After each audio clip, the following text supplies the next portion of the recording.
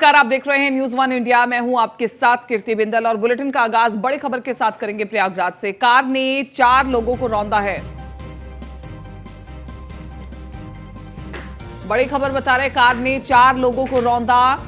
चारों लोगों की मौत हो गई है। एक की हालत नाजुक बताई जा रही है। घर के सामने बैठे सभी लोगों को कार ने रौंदा है। मामले की सूचना पर पहुंचे प्रभारी निरीक्षक सौराव थाना नाहर दतौली लक्कड़ मंडी का पूरा मामला बताया जा रहा है। विवेक पांडे ज्यादा जानकारी के साथ संवाददाता बने हुए हैं। विवेक, बताएं क्या कुछ जानकारी है आपके पास, कैसे पूरा हादसा हुआ? जी देखिए, सुबह का वक्त था। लोग जंगल अपने घर के बाहर बैठे रहते हैं। सुबह सुबह ऐसे ही लोग घरों के बाहर बैठे थे। ये हाईवे के किनारे गांव है नाहर दतौली लक्कड़ मंडी, जिसके पास जो है हाईवे की गाड़ियां जाती रहती हैं। उसी में एक कार अनियंत्रित होकर साइड में इनके जो घर थे उनके पास आ गई और जो उसका ड्राइवर था वो नियंत्रण खो बैठा, जिससे कि ये कार इनके ऊपर चढ़ गई। जो भी लोग बैठे थे, इसमें मौके पर ही 4 लोगों की मौत हो गई और एक व्यक्ति गंभीर रूप से घायल है। तो बचाव कार वहां पहुंच चुका है। एम्बुलेंस लेके उनको पहुंची हुई है अस्पताल, जिसकी हालत गंभीर है। अभी बता रहे हैं कि वो भी स्थिति उसकी भी थोड़ी खराब है। ड्राइवर को जो है हिरासत में ले लिया गया है पुलिस के द्वारा और अभी आगे छानबीन चल रही है। जी ठीक है विवेक, शुक्रिया तमाम इस जानकारी के लिए।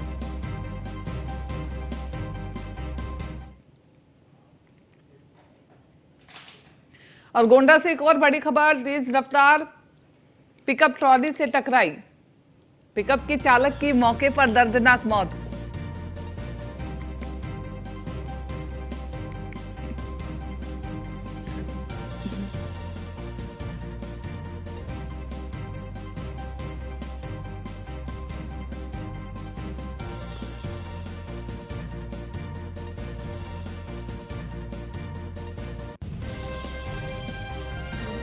तेज रफ्तार पिकअप ट्रॉली से टकराई और इस वक्त की बड़ी खबर आपको बता रहे हैं, पिकअप के चालक की मौके पर ही दर्दनाक मौत हो गई है। ड्राइवर को झपकी आने से बड़ा हादसा हुआ है। कादिर अंसारी बने हुए ज्यादा जानकारी के साथ संवाददाता फोन लाइन पर। कादिर अंसारी, कैसे हुई है पूरी घटना और अभी क्या कुछ अपडेट है? देखिए, गोंडा के अयोध्या रोड की मन्नीपुर चौराहे की रोड की पूरी घटना है। यहाँ पे तेज रफ्तार खाली पिकअप ट्राली से टकराई और ड्राइवर को झपकी आने से ये हादसा हुआ है। ड्राइवर के झपकी आने से जब ये हादसा हुआ और उसके बाद में जब गाड़ी टकराई, इस दर्दनाक हादसे में इसकी मौत हो गई। फैजुल्लागंज से पिकअप लेकर आ रहा था व्यक्ति और इसकी मौत हो जाने के बाद में इसकी बॉडी जो है पीएम हेतु भेजा गया है। ठीक है कादिर, शुक्रिया तमाम इस जानकारी के लिए।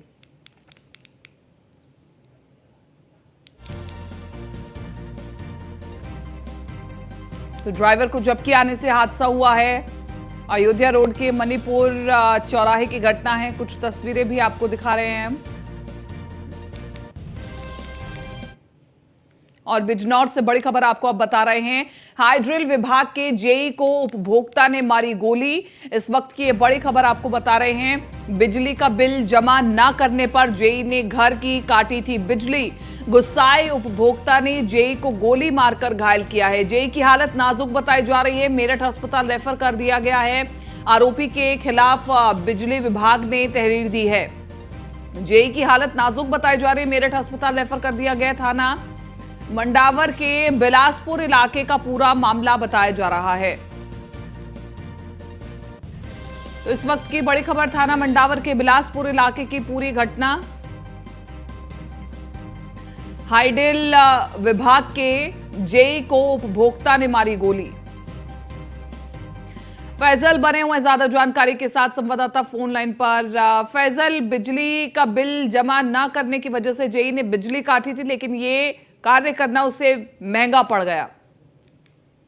देखिए, बिल्कुल मैं आपको बता दूं, ये बिजनौर के थाना मंडावर के बिलासपुर का मामला है, जहां एक जेई बिजली काटने में लेकर, क्योंकि बिल ज्यादा था, उसका बिजली काट रहा था। इस बात से उपभोक्ता नाराज हुआ और उसने जो जेई था उसको गोली मार दी और जेई इस टाइम गंभीर रूप से घायल है। अगर बात की जाए पुलिस की तरफ से, पुलिस को तहरीर दे दी गई है। पुलिस का कहना है 307 मतलब जान से मारने के प्रयास में मुकदमा दर्ज कर कार्रवाई की जाएगी। जल्द आरोपी को पकड़ जेल भेज दिया जाएगा। ठीक है फैजल, शुक्रिया तमाम इस जानकारी के लिए और बातचीत के लिए। तो देखिए पुलिस अब इस पूरे मामले में कार्रवाई करेगी और ये कहा जा रहा है कि जल्द से जल्द आरोपी को गिरफ्तार किया जाएगा।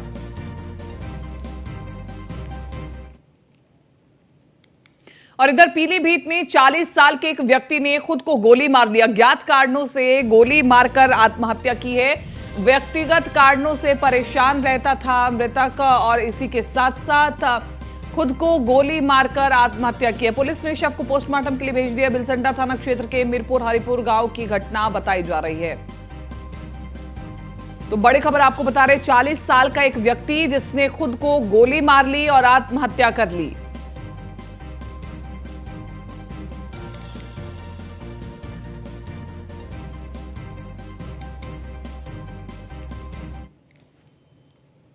और इधर बुलंदशहर में भी एक खबर सामने आ रही है जहां पर खुर्जा में मारपीट का एक वीडियो निकल करके सामने आ रहा है। एक वीडियो वायरल हो रहा है खुर्जा में।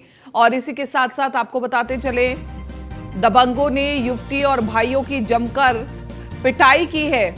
वीडियो के आधार पर मामले की जांच में पुलिस जुट चुकी है। खुर्जा नगर कोतवाली के मुरारी नगर का पूरा मामला बताया जा रहा है। तो इस वक्त की बड़ी खबर आपको बता रहे हैं, खुर्जा नगर कोतवाली के मुरारी नगर का पूरा मामला। बुलंदशहर से बड़ी खबर है। देखिए तस्वीरें आपको दिखा रहे हैं। देखिए कैसे दबंगों ने मिलकर के एक युवक और एक युवती को जमकर के पीट दिया। बताया जा रहा है कि युवती का भाई है दूसरा युवक जिसे पीटा जा रहा है। वीडियो के आधार पर पुलिस हालांकि अब मामले की जांच में जुटी हुई है।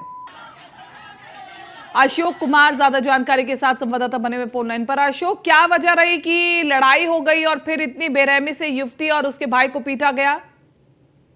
बिल्कुल आपको बता दें कि ये बुलंदशहर के खुर्जा नगर का मुरारी का मामला है, जहां पर ये देर शाम का वीडियो बताया जा रहा है। इसको लेकर ये मामूली सी विवाद है दो पक्षों में। इसको लेकर ये युवती और उसका भाई मार्केट जा रहे थे, तभी दबंगों ने मारपीट शुरू कर दी और मारपीट का वीडियो सोशल मीडिया पर वायरल हो रहा है।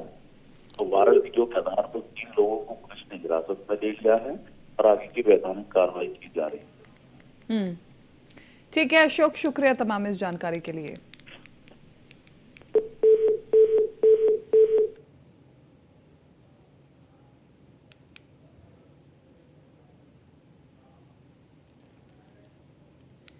और लखनऊ से अगली बड़ी खबर, बिजली चोरी के खिलाफ विभाग की कार्रवाई लगातार जारी है क्योंकि बिजली चोरी किसी भी कीमत पर अब प्रदेश में बर्दाश्त नहीं की जाएगी। बिजली चोरी के खिलाफ विभाग की कार्रवाई जारी। जेई कैंट, एसडीओ, एक्सीन टीम की संयुक्त छापेमारी जारी है और कैंट थाना क्षेत्र के सदर बाजार के कई इलाकों में छापेमारी की गई है।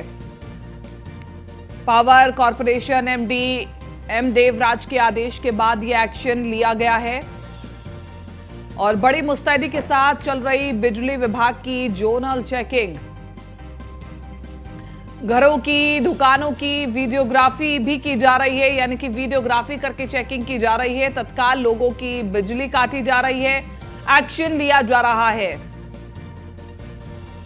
बिजली चोरी के खिलाफ विभाग की कार्रवाई जारी।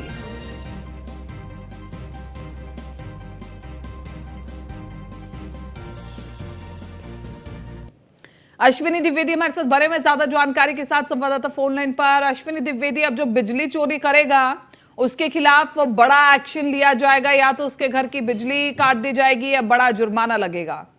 बिल्कुल, देखा जाता है जितनी गर्मी बढ़ रही है वैसे वैसे बिजली चोरी घटनाएं बढ़ रही है। इसको लेकर के जो है बिजली विभाग अब सतर्क हो गया है और कई पता है जो वहाँ के तमाम कर्मचारी सुबह लगभग 6:30 पौने 7 बजे ही हमारा जितने तमाम लोग बिजली चोरी करते पकड़े गए हैं उनको नोटिस किया गया है। निश्चित तौर पर इस तरह की कार्रवाई उसकी लगातार देखा जाएगा कि बिजली विभाग ढांचे में चल रहा हो, तो उसकी एक बड़ी वजह यह है कि बिजली चोरी को रोक पाने में कहीं ना कहीं विभाग जो है ट्रेंड हो रहा था। लेकिन अब जो एम देवराज ने उन्होंने सख्त निर्देश दिया है कि किसी चोरी की घटनाएं पर पूछना रूप में रखना चाहिए, जिससे जो घाटा है वो पूरा हो सके। साथ ही साथ लोगों को जागरूक करने के लिए भी निर्देश दिया कि लोगों को जागरूक करें कि वो बिजली चोरी ना करें। इसी तौर पर बीमारी यही है जिसके चलते कहीं ना कहीं जो लोग हैं वो डरे हुए हैं, उनको अंदेशा है कि विभाग एक सख्त हो चुका है और आने वाले समय में फिर छापेमारी हो सकती है। इसको लेकर के लोगों में भी कहीं ना कहीं चोरी कर रहे थे वो भी अपनी पैर सीखने का लिए लोगों ने। साथ ही साथ जो तक हिदायत दी कि दोबारा से अगर पकड़ा जाता है तो उस पर FIR दर्ज कराई जाएगी। निश्चित तौर पर ऐसे में कहीं ना कहीं जो निजी विभाग है पूरी तक हो चुका है, चाहे बड़े बताया जा रहा है छोटे बताया जा रहा है, सबको लेकर के एक रणनीति तैयार की गई है और जल्द ही ज्यादा से ज्यादा लोग बिल जमा कराया जा रहा है। साथ ही साथ लोगों पर कार्रवाई भी होगी। ठीक है अश्विनी, शुक्रिया तमाम इस जानकारी के लिए।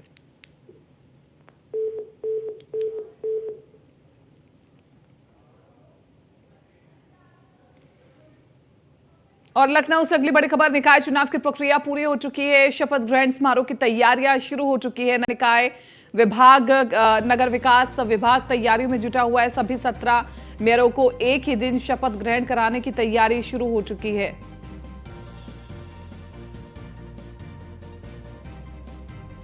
तो 1 महीने के अंदर नगर निगम और पालिका परिषद की बैठक बुलाने की तैयारी चल रही है। पंचायत बोर्ड की भी बैठक बुलाने की तैयारी हो रही है। इस वक्त की बड़ी खबर आपको बता रहे हैं, नगर विकास मंत्रालय लगातार तेजी से काम कर रहा है। शनिवार को अवकाश होने के बाद भी खोला गया नगर विकास विभाग।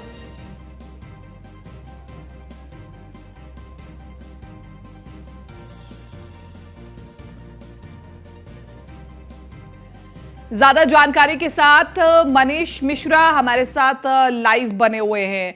मनीष मिश्रा, एक ही साथ 17 मेयरों की शपथ ग्रहण का जो समारोह है वो आयोजित किया जाएगा, उसको लेकर के क्या कुछ तैयारियां हैं, क्या कुछ कार्यक्रम की रूपरेखा रहेगी, कौन कौन पहुंचने वाला है?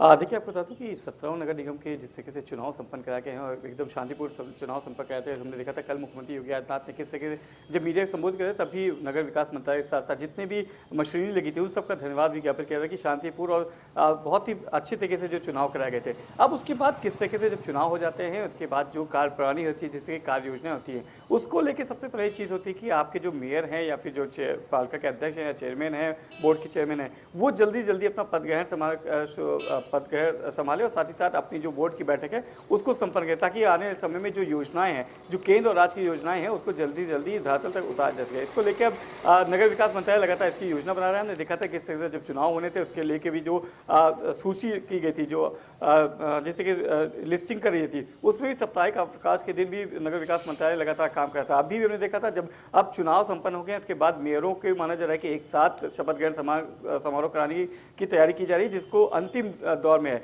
उसको लेकर भी कल शनिवार था, तब भी छुट्टी के दिन भी नगर विकास मंत्रालय लगातार काम करता है। माना जा रहा है कि अब आने वाले समय में लगातार जो जितने भी मेयर हैं उन सबका एक साथ जो शपथ ग्रहण समारोह है वो कराया जाएगा। साथ ही साथ जो बोर्ड की बैठक है वो जल्द से जल्द यानी कि 30 दिन के अंदर, 1 महीने के अंदर कराया जाएगा, क्योंकि माना जा रहा है कि जिस तरह 2017 में जो चुनाव हुए थे उसके बाद तमाम ऐसे बोर्ड और नगर पालिका के अध्यक्ष थे जिनकी बैठक नहीं हो पाई थी। 6 महीने तक की पहली बैठक नहीं हो पाई थी, जिसको चलते हुए 5 साल का कार्यकाल तो समाप्त हो गया था, पर जो बैठक होनी थी, जो नियमित बैठक होती है, वो पूरी नहीं हो पाई थी। इसको लेते हुए ये भी दिशा निर्देश जारी किए जा रहे हैं कि जल्द से जल्द शपथ ग्रहण कराने के बाद बोर्ड की जो बैठक होती है, जो सदन होता है निगम का, वो बनाया जाए, ताकि जो केंद्र और राज्य की सरकारें हैं जिनके अमृतकाल 2 की जो योजनाएं हैं जो अभी धरातल पर उतारनी है, उसको जल्दी जल्दी पूरा किया जाए, जिसके आम जन की सुविधाओं पर काम किया जा सके। जिस तरीके से योगी मोदी की जो डबल इंजन की सरकार है उसके साथ अब जब लोकल बॉडी में भारतीय जनता पार्टी ने कहीं ना कहीं पूर्ण बहुमत किया गया, भारी बहुमत के साथ एक सरकार बनाई है, उसके चलते ट्रिपल इंजन की जो सरकार है उसकी जो योजनाएं हैं वो जल्द से जल्द आम जन तक पहुंचे, उनको धरातल पर उसका फायदा मिले,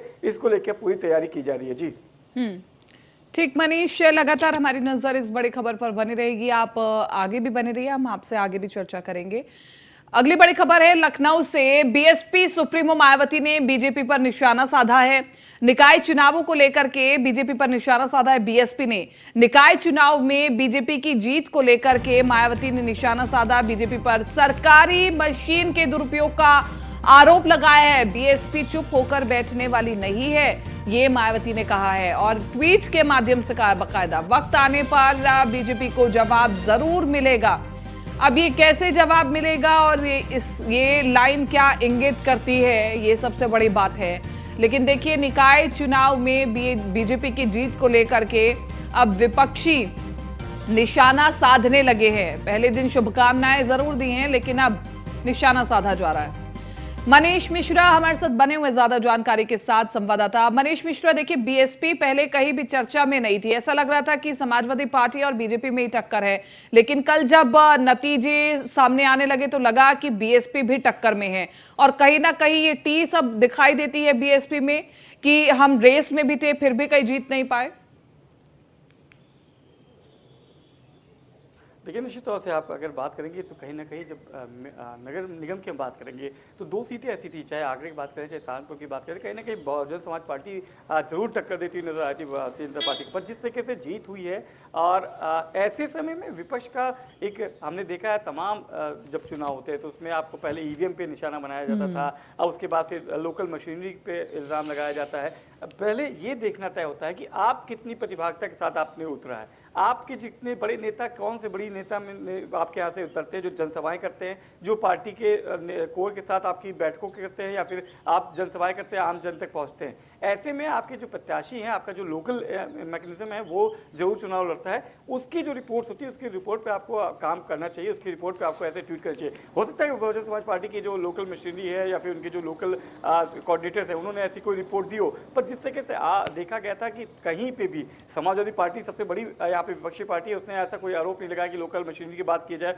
और आपके सामने जीता जाता उदाहरण है कि कर्नाटका का आप उदाहरण ले लीजिए, वहाँ पे आपने देखा कि किस तरीके से कांग्रेस की जीत हुई है। तो इस तरह की बयानबाजी जरूर आती है आफ्टर इलेक्शन, ये कह सकते हैं कि आफ्टर इफेक्ट्स होते हैं आफ्टर इलेक्शन के, कि जो विपक्षी पार्टी होती है वो मशीनरी का दुरुपयोग कहते हैं, वो ईवीएम पे प्रश्न उठाते हैं। पर सबसे बड़ी चीज होती है, अगर कोई लोकतंत्र है, लोकतंत्र की जीत हुई है, उसमें आपको जीत पे आपको बधाई देनी चाहिए, साथ में काम करने का मौका देना चाहिए और साथ ही साथ आगे समय में आपको कैसी रणनीति बनानी है उस पर काम करना चाहिए, ना कि आपको पार्टी पे किसी चीज पे लोकल मशीनरी पे आपको काम करना चाहिए। अगर अभी आपकी 2 से 3 सीट निकलती तो क्या आप उन सीटों पे कहते कि लोकल मशीनरी ने काम गलत किया है? तो ये सब चीजें देखने वाली होती है। जिस तरीके से मायावती ने सुप्रीमो जो बसपा सुप्रीमो उन्होंने इल्जाम लगाया है, पर अब ये एक चीज देखना होगा, ना प्रेस कॉन्फ्रेंस करते हैं ना आप सामने आते हैं, सोशल मीडिया के तहत आप अपनी प्रचार प्रसार भी करते हैं, अपनी योजनाओं को भी करते हैं, विपक्ष सरकार पर भी साधते हैं, फिर से आप देख लेंगे बात करते हैं। उस पार्टी को कह रहे हैं जो पार्टी दिन रात चुनावी मूड में रहती है, स्ट्रेटेजी भी काम करती है और लगातार कहीं ना कहीं। लेकिन मनीष, इसी के साथ साथ सवाल ये भी है कि मायावती कह रही है कि वक्त आने पर जरूर जवाब दिया जाएगा। हम इस लाइन को कैसे देखें, कैसे जवाब दिया जाएगा? इसके लिए कोई प्लानिंग उन्होंने बना रखी हो बसपा सुप्रीमो ने, क्योंकि अब कुछ महीने हम कहेंगे, साल भर भी नहीं कह सकते हैं, 10 से 11 महीने का वक्त रहेगा जब आप लोकसभा के चुनाव के मुहाने पे खड़े होंगे। 3 से 4 महीने के बाद आपको देखने लगेगा उत्तर प्रदेश में जो लोकसभा की तैयारी है उसकी आपको कहीं ना कहीं सुगबुहार देखने को मिलती रहेगी। हालांकि बहुजन समाज पार्टी टिकट बांटने में, प्रत्याशी चयन में सबसे पहले काम करती है। आपको हो सकता है अगस्त सितंबर के आसपास का महीना हो जब आपको बहुजन समाज पार्टी के जो प्रत्याशी है उनके नामों की सूची जारी होने लगे। क्या बहुजन समाज पार्टी की सुप्रीमो मायावती अब मैदान में उतरने का मन बना रही हैं? क्या उनकी जो कोर टीम है उसको फिर से संगठित करने के दे रही हैं? क्योंकि बिना टीम के, बिना आपके उतरे आप कोई जवाब नहीं दे सकते हैं। और सबसे बड़ी चीज है, लोकतंत्र में अगर आपको किसी को जवाब देना है तो अपनों उसको हरा के आपको अपनी जीत को बताना होता है, वो सबसे माकूल जवाब होता है। तो क्या बहन बहुजन समाज पार्टी की सुप्रीमो, बसपा सुप्रीमो मायावती के पास कोई टीम अब उलझ के चलती है? क्योंकि हमने देखा तमाम उनके जो बड़े नेता थे, नसीमुद्दीन सिद्दीकी की बात करें, बाबू सिंह कुशवाहा की बात कर लें, स्वामी प्रसाद मौर्य की बात कर लें, ऐसे तमाम सभी के नेता थे जो पार्टी से बाहर हो चुके हैं। सतीश मिश्रा की बात करते हैं, उनके ऊपर भी कहीं ना कहीं प्रश्न चिन्ह उठता है। अब पहले की तरह सक्रिय भूमिका में नहीं दिखते। हाँ, प्रेस कॉन्फ्रेंस होगी या बसपा सुप्रीमो कहीं जाएंगी तो उनके साथ जरूर नजर आते हैं, पर वो सक्रिय भूमिका जो एक थिंक टैंक के रूप में जाने जाते थे उसमें नहीं दिखती है। बहुजन समाज पार्टी की सुप्रीमो खुद अपना कहीं ना कहीं जो बड़ी सभाएं होनी चाहिए, जो जनसभाएं होनी चाहिए, जो जनता से जुड़ना चाहिए, उसमें कहीं ना कहीं पीछे हटती नजर आती है। तो उनकी क्या रणनीति है ये तो बसपा सुप्रीमो ही बता सकती है। वक्त आने वाला वक्त हमें भी इंतजार करने पड़ेगा, पर अगर लोकतंत्र में उन्होंने कोई जवाब देने का सोच रखा है तो निश्चित तौर से चुनाव आने वाला है और चुनाव से बड़ा कोई बिल्कुल शायद ये लाइन उनकी लोकसभा चुनावों को लेकर के ही होगी कि वक्त आने पर जवाब दिया जाएगा। बहुत बहुत शुक्रिया मनीष तमाम इस जानकारी के लिए और बातचीत के लिए। आगे बढ़ रहे निकाय चुनाव में बीजेपी की जीत के बाद अब लगातार प्रतिक्रियाएं सामने आ रही हैं और पूर्व मंत्री महेंद्र सिंह से भी न्यूज़ वन इंडिया ने खास बातचीत की है, आपको सुनवा देते हैं। पार्टी में निकाय चुनाव में भारी जीत हासिल की, साथ ही दोनों उपचुनाव में भी जीत हासिल करके कहीं ना कहीं आगाज की तय की है 2024 में। साथ पूर्व मंत्री महेंद्र सिंह जी बात करने के लिए। महेंद्र जी, पूरी टीम हमने देखा, आप लोग सब लोग लगे हुए थे धरातल पे। जो राजनीति विपक्ष करती थी बातों की, उस पर आप लोगों ने काम करके धरातल पर उतारने का काम किया, शायद वही जीत है ये। देखिए, मोदी जी का मार्गदर्शन और योगी जी का प्रयास, सुशासन, सुरक्षा और विकास का जो मॉडल आज उत्तर प्रदेश बन रहा है, जनता ने उस पर मुहर लगाया है।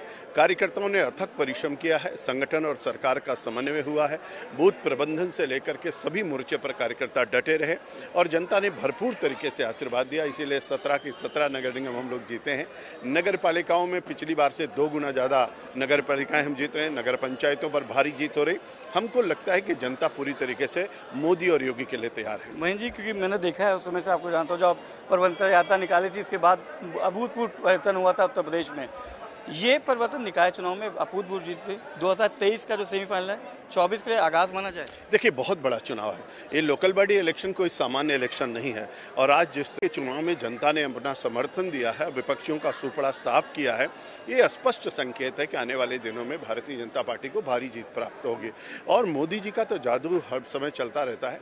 2014, 2019 और अभी 2024 में भारी जीत होगी और फिर से मोदी जी भारत के प्रधानमंत्री। देखा सर कि जिस तरीके से आप लोगों ने पूरी ताकत झोंक दी थी, खुद मुख्यमंत्री योगी आदित्यनाथ के साथ दोनों डिप्टी सीएम, संगठन, सरकार, संघ तीनों लगा हुआ था। विपक्ष हमेशा से कहता था काम नहीं किया इसलिए आपको बोलना पड़ रहा है। अब विपक्ष को क्या कहेंगे? देखिए, अब विपक्ष को तो कुछ सोचना चाहिए और जनता ने उनको करारा जवाब दिया, कई बार दिया। जितने इलेक्शन हुए हैं अब तक सभी में उनको करारा जवाब मिला है। इससे पता चल रहा है कि वास्तव में डबल इंजन की सरकार ने उत्तर प्रदेश में विकास का जो चतुर्दिक ढांचा खींचा है उसका जीता जागता नमूना लोगों के सामने दिखाई पड़ रहा है।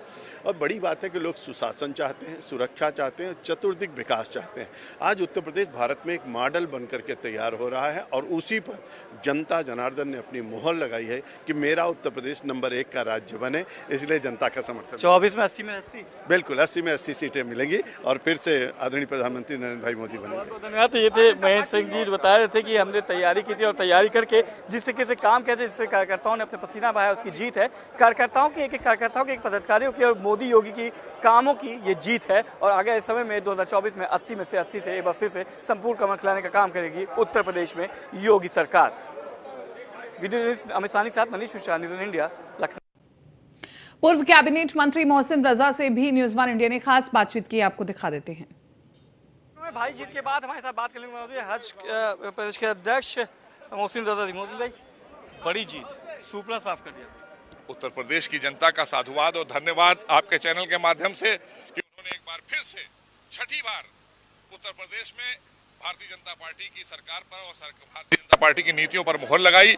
हमें अपने विश्वास पात्र की तरह समझा है, इसलिए हम उत्तर प्रदेश की 24 करोड़ जनता का धन्यवाद करेंगे और अपने कार्यकर्ताओं का साधुवाद धन्यवाद करेंगे, जिन्होंने लगातार जनता के बीच में जाकर उनकी योजनाओं को उन तक पहुंचाने का काम किया। आदरणीय मोदी जी ने उन योजनाओं को भेजने का काम किया, आदरणीय योगी सरकार ने उन योजनाओं को उत्तर प्रदेश में धरातल पर उतारने का काम किया। ये उसका परिणाम है। 11 के 11 मेयर हमारे जीते हैं और बड़ी तादाद में नगर पंचायत के अध्यक्ष और नगर पालिका के अध्यक्ष और हमारे मेंबर और पार्षद जीत कर आ रहे हैं। ऐतिहासिक जीत है उत्तर प्रदेश के अंदर। आप देखिएगा इसका परिणाम 2024 में 80 सीटें जीतकर वापस हमें जनता आशीर्वाद देगी। मोहसिन भाई, क्योंकि बिना आपसे सपा की बात किए आपका इंटरव्यू अधूरा रहता है। सपा ने बड़ा कहा था कि आप लोग बातें करते धरातल पर नहीं उतरते, पर हमने देखा मोदी, मतलब योगी जी और पूरी कैबिनेट, सरकार, संघ, संगठन तीनों लगा था, पर विपक्ष कहीं मैदान में नहीं दिखा। देखिए, विपक्ष मैदान में रहेगा कैसे? आप ये बताइए, विपक्ष के पास ना तो टीम है, ना खिलाड़ी हैं, ना ही कोई उनकी योजना है। वो अगर योजना बनाते हैं तो अपने निजी स्वार्थों की योजना बनाते हैं। जनहित की कोई योजना उनके पास ना थी, ना है, ना आगे होगी। इसलिए जनता ने भी तय कर दिया कि अब आपको देख चुके हम, अब आपको हमारे पास आने की जरूरत नहीं है। इसलिए हमारे पास आप आएंगे तो हमेशा आपको शून्य ही मिलेगा। 23 आगाज है, 24 पे पूरा। मैंने कहा कि 23 के बाद 24 है और 24 में 80 की 80 सीटें आदरणीय मोदी जी को पुनः तीसरी बार बनाने के लिए प्रदेश की जनता आशीर्वाद देगी, ये मेरा यकीन है। तो ये तो मोहसिन रजा जी बताया था कि 80 में से 80 सीट जीत के एक बार फिर से प्रधानमंत्री मोदी को उत्तर प्रदेश से प्रधानमंत्री बनाने की कवायद करेगी Bharatiya Janata party. Video journalist Amit सानी के साथ Manish Mishra, news one India, Lucknow. तो सभी 17 नगर निगम में बीजेपी का कमल खिला है। लखनऊ में निर्वाचित मेयर सुषमा खरकवाल से न्यूज़ 1 इंडिया ने खास बातचीत की, आपको सुनवाते हैं। जो एक बड़ी जीत हासिल की मैम, 2 लाख से ज्यादा जीत, साथ ही साथ 81 पार्षद। क्या पहले ये कार्यकर्ताओं की जीत है। 2 लाख से ऊपर मैं जीती हूँ, 2,04,000। और हमारे जो हम लोगों ने अभी तक काम किया है, 32 साल से लगातार हमारे सांसद रहे हैं यहाँ, उनका कार्य, और 28 साल से हमारे मेयर रहे हैं, उनके कार्यों का ही ये नतीजा है कि आज हम 81 सीटों पे अपने पार्षद चुने हैं और महापौर चुने। लखनऊ के लिए क्या रणनीति आपकी आगे? अब रणनीति तो स्वच्छ लखनऊ, सुंदर लखनऊ, ग्रीन लखनऊ, ये सब कुछ अब बैठने के बाद ही बताएंगे कि मेरी क्या है। सबसे पहले एक है कि बारिश शुरू हो रही है, जो नाले वगैरह, इसकी सफाई की प्राथमिकता सबसे पहले है। ये सुषमा खरकवाल जी थी जो एक भारी जीत हासिल कर चुकी हैं और अभी भारतीय जनता पार्टी कार्यालय पहुंची थी। तमाम जो वरिष्ठ लोग हैं उनसे मुलाकात की। उनका साफ तौर पर कहना है कि उनकी प्राथमिकताएं लखनऊ की सुंदरता, लखनऊ की स्वच्छता, लखनऊ को बेहतर बनाना है। लखनऊ से न्यूज़ में अश्विनी कुमार सहयोगी के साथ सुषमा खरक। फिलहाल इस बुलेटिन में मेरे साथ इतना